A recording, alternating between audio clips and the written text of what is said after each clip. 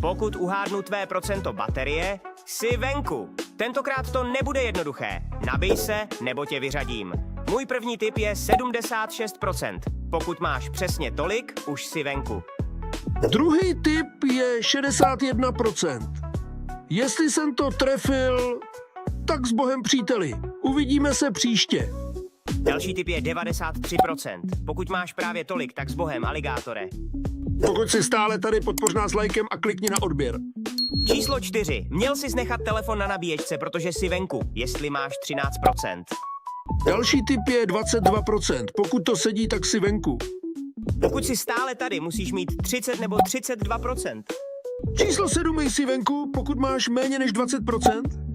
Řekni s Bohem, pokud máš 54 nebo 55%. Číslo 9, jsem na tebe prostě moc chytrej. Tipuji mezi 41 a 51%. A poslední tip, tentokrát si to nezvládl. Pokud máš přesně 87% baterie, jsi venku.